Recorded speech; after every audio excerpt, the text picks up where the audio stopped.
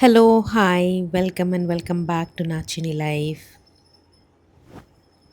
It's Saturday morning around 9:30 అలా అవుతుందన్నమాట. నేను 9కి నిద్ర లేచాను. మా మమ్మీ వచ్చున్నారు కదా! అందుకని చెప్పి ఇంకా ఫుల్‌గా పడుకున్నాను. అది కూడా ఫ్రైడే నైట్ అస్సలు నిద్ర లేకుండే. మా బాబుకి కొంచెం హెల్త్ డిస్టర్బ్ అయింది.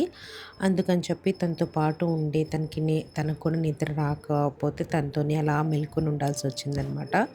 ఎర్లీ మార్నింగ్ అలా పడుకున్నాను. అందుకే కొంచెం లేట్‌గా లేచాను. నేను, నా హస్బెండ్ ఇద్దరు లేట్‌గా లేచాము. నేను లేచేసరికి ఇంకా మమ్మీ లేచి టిఫిన్ కూడా ప్రిపేర్ చేసేసారనమాట.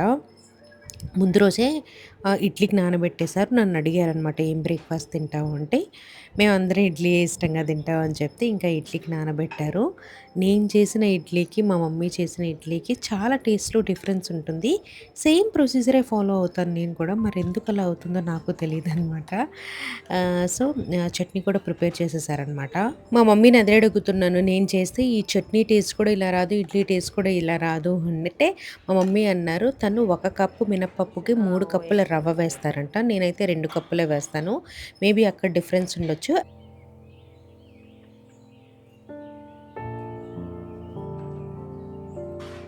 हाँ,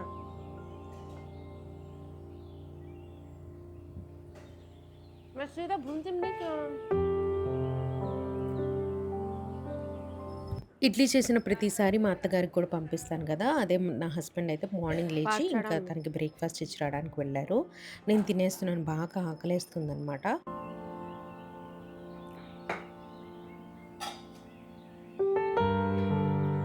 అండ్ కొంచెం ఇడ్లీ పిండి మిగిలితే అది స్టీల్ డబ్బాలో తీసేసి ఫ్రిడ్జ్‌లో పెట్టేస్తున్నాము.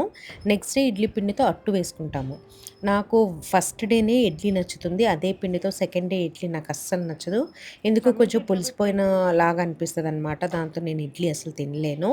అందుకని చెప్పి ఇడ్లీ పిండితో అట్టు వేసుకుంటాం. తింటావా?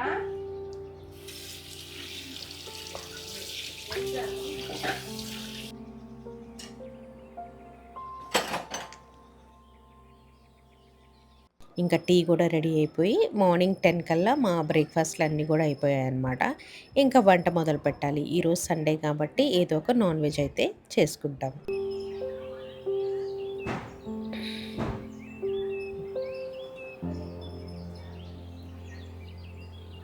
మా మెయిడ్ గూడా వస్తే మా మెయిడ్‌కి గూడా బ్రేక్‌ఫాస్ట్ పెట్టేసాము. తను గూడా టిఫిన్ చేసేసిన తర్వాత చక్కగా టీ తాగుతుందనమాట. మా మమ్మీ రూమ్‌లో అయితే ఎంత చల్లటి గాలొస్తదో, కిటికీలన్నీ గూడా తెరిచిపెట్టుకుంటారు చక్కగా. నేనైతే అన్నీ మూసేస్తాను ఎక్కువ. హ్మ్. తెరిచిపెట్టుకోను. ఆ రూమ్‌లోకి చాలా తక్కువ అత్త వెళ్తామనమాట. మా మమ్మీ నీళ్ళు వస్తేనే ఇక్కడ పెట్టినా ఎక్కువ యూజ్ చేస్తాం.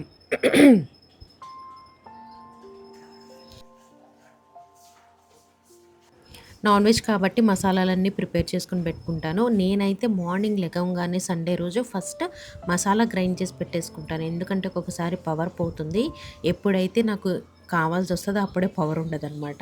పవర్ ఉన్నప్పుడు ముందు లెగంగానే చక్కగా ముద్ద మసాలా ఉంటుంది కదా! నేను నాన్ వెజ్‌లో యూజ్ చేస్తాను. అదైతే ప్రిపేర్ చేసుకుంటాను. సో, ఈ అగారాలో అయితే మంచిగా బ్లెండ్ అయిపోతుంది. మంచిగా గ్రైండ్ అయిపోతుందనమాట. చక్కగా మా మమ్మీ అయితే మసాలా గూడా వేసేసి మీకు చూపిస్తాను ఎంత చక్కగా గ్రైండ్ అయిందో. చూసారు కదా! ఇది వాడుకుంటాం. ఈరోజు మటన్ చేస్తున్నాం, చికెన్ చేస్తున్నాను. నేను చెప్పాను ఒక హాఫ్ కేజీ మటన్ తీసుకురండి అండ్ 1 కేజీ చికెన్ తీసుకురమ్మని చెప్పాననమాట నా హస్బెండ్‌కి. అండ్ మా ఇంటికి రిలేటివ్స్ వస్తున్నారు లంచ్‌కి ఈరోజు. అందుకే బగారా రైస్ కూడా చేయమని చెప్పాను. మమ్మీ ఉంటే నేనెక్కువ వంట చేయను. మమ్మీ కూడా ఏంటంటే ఖాళీగా కూర్చోవటం ఇష్టం ఉండదనమాట. ఏదో ఒక పని చేస్తేనే తనకి టైమ్ పాస్‌లా ఉంటుంది, యాక్టివ్‌గా ఉంటుంది. అందుకే తను కిచెన్ టేక్ ఓవర్ చేస్తారు. ఎవరో ఒకళ్ళకి మాత్రమే కిచెన్ టేక్ ఓవర్ చేయాలి. కొంచెం నేను, కొంచెం మమ్మీ చేస్తే అవన్నీ కర్రీస్ అన్నీ గూడా టేస్ట్‌లు మారిపోతూ ఉంటాయనమాట.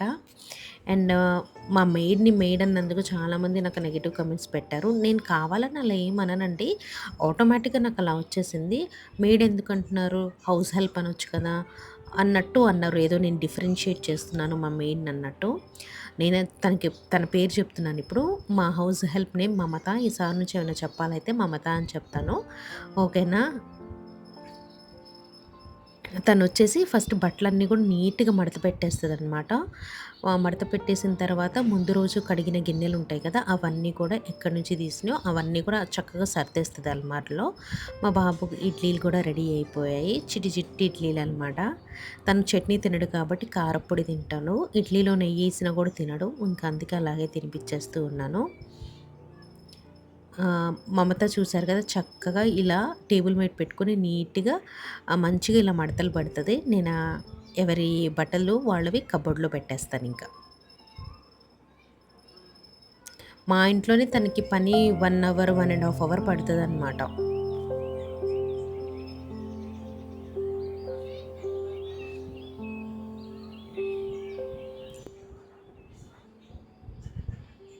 ఐరన్‌కిచ్చేవేమైనా ఉంటే అవి సెపరేట్‌గా తీసి వేరే బ్యాగ్‌లో వేసి పెడతాను. ఐరన్‌కి వీక్లీ వన్స్ వస్తాడు. తను బట్టలు తీసుకొని ఐరన్ చేసేసి తీసుకొస్తాడు. ఈలోపు నా హస్బెండ్ నాన్ వెజ్ తీసుకొచ్చేసారనమాట. దానికి కావాల్సిన యూ నో ఉల్లిపాయలు ఇవన్నీ ఉంటాయి కదా! మసాలాలు అవన్నీ కూడా రెడీ చేసుకోవాలి. పొద్దున కిచెన్‌లో వెళ్తే మళ్ళీ వంటంతా అయ్యేసరికి 1:00, 12:30 అవుతుంది. చేసే డిషెస్ 1, 2 అయినా కూడా చాలా టైమ్ కన్స్యూమింగ్‌లా అనిపిస్తదనమాట. మమత గిన్నెలు కడిగేసుకుంటూ ఉంటే ఇక్కడ మా మమ్మీ ఏమేం కావాలో అవన్నీ కూడా కట్ చేసుకొని పెట్టుకున్నారు. మనకి చాపింగ్ బోర్డ్ లేకపోతే కట్ చేయడం అస్సలు రాదు కానీ మా మమ్మీ అయితే చాపింగ్ బోర్డ్ లేకుండానే కట్ చేసేస్తారు. ఇక్కడ నిన్న పప్పు మిగిలితే నేను తీసి పెట్టాను ఫ్రిడ్జ్‌లో. మమత కోసం అని చెప్పి అవి చక్కగా ఒక స్టీల్ గిన్నెలో తీసేసి తనకిచ్చేస్తాను.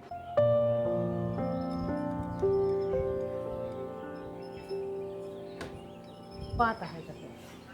హ్మ్. మమత ఇటు పక్క ఎలుకుందా? మా ఇంట్లో ఎలుకుందా? బాల్కనీలో ఇంకా ఒక సైడ్ ఆఫ్ బాల్కనీలో ఎలుకొస్తుందనమాట. బయట బాల్కనీ డోర్ తీసి పెడితే చల్లటి గాలొస్తుంది కానీ, ఆ ఎలుక ఎక్కడొచ్చేస్తదో అని చెప్పి భయమేసి, ఇంకా ఆ డోర్ ఎప్పుడు క్లోజ్ చేసే పెడుతున్నాం.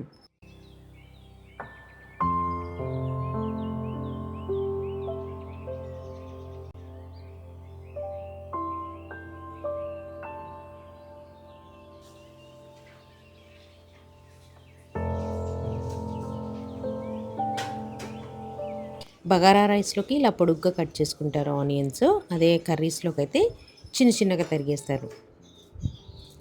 నేను ఒక గంటలో గంట పట్టే పని మా మమ్మీ ఒక హాఫ్ అన్ అవర్‌లో చేసేస్తారు.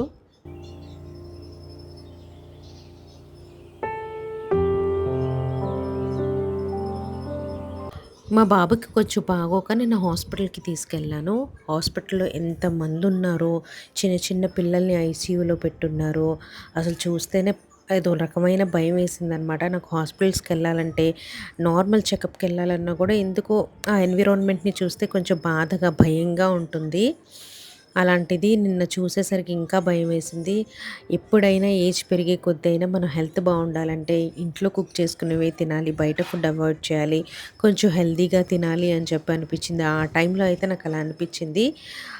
ఈ మధ్య కాలంలో అయితే చిన్న చిన్న పిల్లలకే హెల్త్ చాలా పెద్ద పెద్ద డిసీజెస్ వస్తున్నాయి. అసలు అవి పేర్లు కూడా ఎప్పుడు వినని డిసీజెస్ ఉంటున్నాయి. డయాబెటిస్, బీపీ ఒక ఏజ్ అంటూ లేదు వీటికి. చిన్న పిల్లల్లో కూడా ఆ! అలా వచ్చేస్తున్నాయి. అండ్ క్యాన్సర్ పేషెంట్స్ కూడా अच्छा చాలా क्या? ఎక్కువైపోయారనమాట.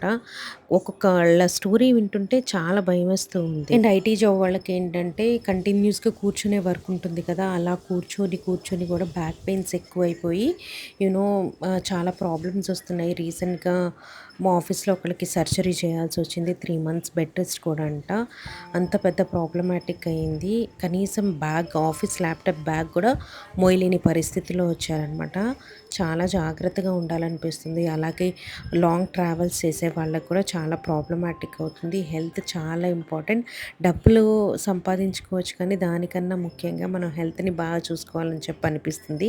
అండ్ ప్లస్ మనం పేరెంట్స్ ఇంకా మంచిగా ఉండాలి. బికాస్ మనకి చిన్న పిల్లలు ఉంటారు కాబట్టి వాళ్ళని బాగా చూసుకోవాలంటే ఫస్ట్ మనం హెల్తీగా ఉండాలి కదా అనిపించిందనమాట.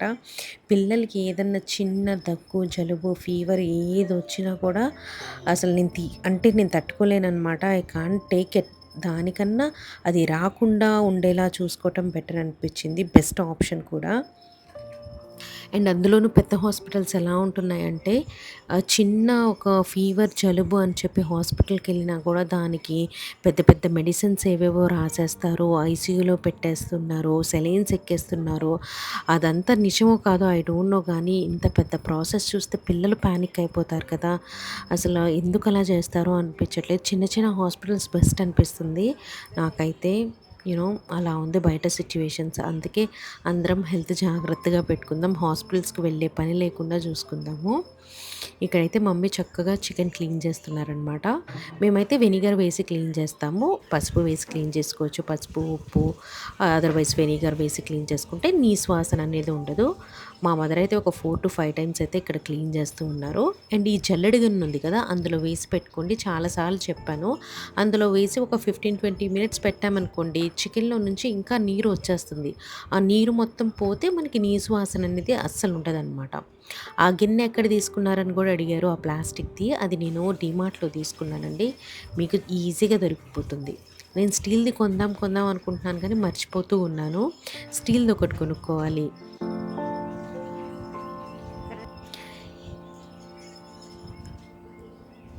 చికెన్ క్లీన్ చేసిన వెంటనే సింక్ కూడా క్లీన్ చేసేసుకోవాలి. అండ్ ఒకవేళ సింక్‌లో గిన్నెలున్నాయనుకోండి, దాని మీదే చికెన్ కడిగేయొద్దు. ఆ నీరంతా ఆ గిన్నెల మీద పడి, అది మనం తర్వాత సోప్ లిక్విడ్‌తో క్లీన్ చేసినా కూడా మనకదో ఫీలింగ్ ఉంటుందనమాట. ఈ నీసు వాసనొస్తుంది గిన్నెల్లో అని చెప్పి. అందుకే ఒకవేళ సింక్‌లో గిన్నెలుంటే అవన్నీ పక్కకు నెట్టేసి, అప్పుడు ఈ చికెన్ అనేది క్లీన్ చేసుకోండి.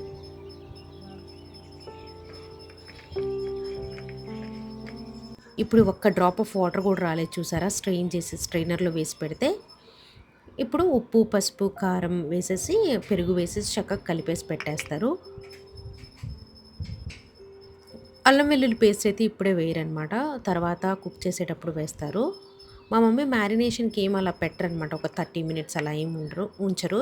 జస్ట్ అలా మ్యారినేట్ చేసేసి ఇంకా కుక్ చేసేస్తారు. అయినా కూడా చాలా బావుంటుంది. నేను మా మమ్మీ దగ్గరే వంట నేర్చుకున్నాను కానీ, మా మమ్మీ చేసినలాగా నాకెందుకో కుదరదు. మా మమ్మీ టేస్ట్ డిఫరెంట్ ఉండిద్ది. నా టేస్ట్ డిఫరెంట్ ఉండిద్ది. మా మమ్మీది బావుంటుందనమాట. నాది ఓకే అనిపిస్తది. చక్కగా పెరుగు వేసేసి కలిపేసుకోవడమే.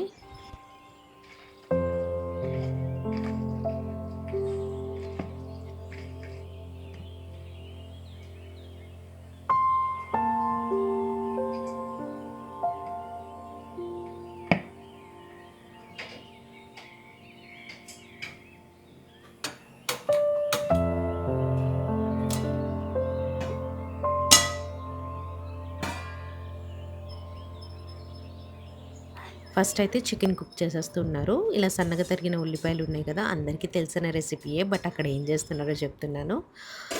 అవి కొంచెం సాఫ్ట్ అయిన తర్వాత ఇంకా చికెన్ వేస్తారు. అది సాఫ్ట్ అవ్వడానికి కొంచెం టైం పట్టేలోపు పన్నీర్ అయితే ఇక్కడ మ్యారినేట్ చేస్తున్నాం. మా బాబుకి పన్నీర్ కావాలని చెప్పి పొద్దున్నే లెగవంగానే అడిగాడనమాట. నాకు పన్నీర్ తినాలనిపిస్తుంది మమ్మీ అని చెప్పి. సో, మా బాబు కోసం అని చెప్పి పన్నీర్ ఫ్రైకి ఇక్కడ రెడీ చేసి పెడుతున్నాం. నాకు నాన్ వెజ్ ఈ చికెన్, మటన్, ఫిష్ వీటికన్నా గూడా పన్నీర్ ఫ్రై అంటే చాలా ఇష్టం. డైలీ కొంచెం కొంచెం తినటం కూడా మంచిదంట. హై ప్రోటీన్ పన్నీర్ అని ఉంటుంది. అదైతే తెచ్చుకొని రోజుకు కొంచెం పన్నీర్ తీసుకోండి మీ ఫుడ్‌లో. అది ప్రోటీన్ కాబట్టి యూ నో చాలా మంచిది.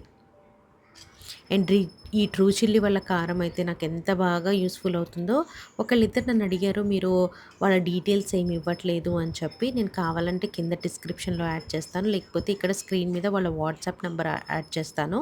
సో, మీరు కూడా ఆర్డర్ చేసుకోండి. వాళ్ళ గొడ్డు కారం బావుంటుంది, కూర కారం బావుంటుంది. ఇంకా నాకు మటన్ మసాలా, చికెన్ మసాలా ఇవి కూడా పంపించారు. అవి కూడా బావున్నాయి. సో, మ్యారినేట్ చేసేసాం పన్నీర్. ఈలోపు ఇక్కడ ఈ ఆనియన్స్ కూడా చికెన్ కర్రీ కోసం ఆనియన్స్ వేశారు కదా! అది కూడా సాఫ్ట్ అయిపోతే చక్కగా అల్లం వెల్లుల్లి పేస్ట్ వేసేసుకొని మంచిగా ఫ్రై చేసుకున్న తర్వాత ఇప్పుడు ఇందాక మ్యారినేట్ చేసిన చికెన్ ఉంది కదా! అది కూడా వేసి హై ఫ్లేమ్‌లో ఫ్రై చేసుకోవాలనమాట. హై ఫ్లేమ్‌లో ఒక 5 మినిట్స్ అలా ఫ్రై చేసిన తర్వాత మీడియం ఫ్లేమ్‌లో ఆర్ లో ఫ్లేమ్‌లో పెట్టేసి మూత పెట్టేయాలి. చికెన్ వండేస్తున్నారు ఒక పక్క. ఇంకో పక్కన కుక్కర్ పెట్టారనమాట మటన్ కుక్ చేయడానికి. మటన్ కూడా తీసుకొచ్చేసారు. క్లీన్ చేసేసారనమాట. మటన్ ఎప్పుడు ప్రెషర్ కుక్కర్‌లోనే కుక్ చేస్తాం. ఎందుకంటే కంపల్సరీ విజిల్స్ పెట్టాల్సి ఉంటుంది కదా దానికి.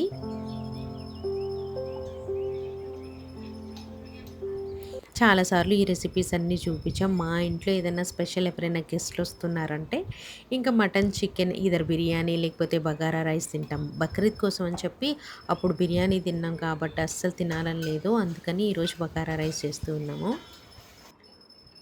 అండ్ హాఫ్ కేజీ మటన్ తీసుకొచ్చారు కదా! ఎంత ఫ్రెష్‌గా ఉందో మటన్ అయితే.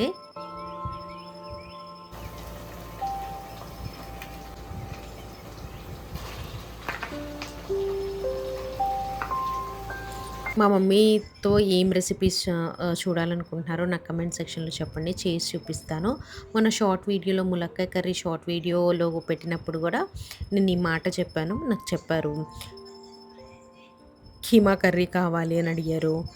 ఆహ్, ఇంకా ఇంకేవో కర్రీస్ అడిగారు నాకు గుర్తు రావట్లేదు. I'm sorry. మీ కమెంట్స్ అన్నీ గూడా నేను చదివాను. మటన్ గూడా చక్కగా వేసేసి ఫ్రై చేసేసి ఇప్పుడు కొబ్బరి పేస్ట్ ముద్ద మసాలా ప్రిపేర్ చేసుకున్నాం కదా! అది కూడా వేసేసుకోవాలనమాట. చికెన్ ఏ నాన్ వెజ్ కర్రీలో అయినా మాకు మేము కామన్‌గా యూజ్ చేసే మసాలా ఇది. లవంగ, చెక్క, ధనియాలు, తర్వాత యాలుక్కాయలు, కొబ్బరి పొడి ఇవన్నీ గసగసాలు వేసుకోవాలైతే వేసుకోవచ్చు. ఇవన్నీ కూడా చక్కగా పేస్ట్‌లాగా గ్రైండ్ చేసుకోవాలి. కొంచెం ఫ్రై అయ్యాక మా మమ్మీ కారం వేయకముందే విజిల్స్ పెట్టేసినట్టున్నారు. నేనైతే కారం వేసి విజిల్స్ పెడతాను. మా మమ్మీ దాని తర్వాత విజిల్స్ అయ్యాక తీసి కారం వేసి కొంచెంసేపు కుక్ చేస్తారు. రైస్ వండడానికి అల్యూమినియం వెసల్ అయితే తీసాము పెద్దది. ఇంకా రైస్ వండేది నేను చూపించలేదు. డైరెక్ట్‌గా మొత్తం కుక్ అయిన తర్వాత చూపిస్తూ ఉన్నాననమాట. బగారా రైస్ మీ అందరికీ తెలిసిందే కదా! బగారా రైస్ రెడీ అయిపోయింది. తర్వాత ఇక్కడ మటన్ కర్రీ రెడీ అయిపోయింది. అండ్ తర్వాత చికెన్ కర్రీ కూడా చూపిస్తానండి. And this is chicken curry.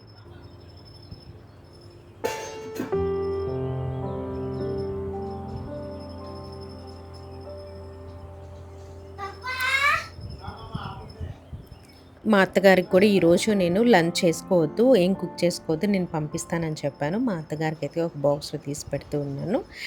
And మా ఇంటి రిలేటివ్స్ కూడా వచ్చేసారనమాట. ఇంక అన్నీ కూడా అందరం కలిసి కింద కూర్చొని తిందాం కబుర్లు చెప్పుకుంటూ అని చెప్పి కిందయితే నేను ఒక బెడ్‌షీట్ లాంటిది ఉంటే వేసేసి ఇంకా అన్నీ కూడా తీసుకొచ్చి పెట్టుకొని చక్కగా కలిసి భోజనం చేస్తూ ఉన్నాననమాట. మా సండే అయితే ఇలా అయింది.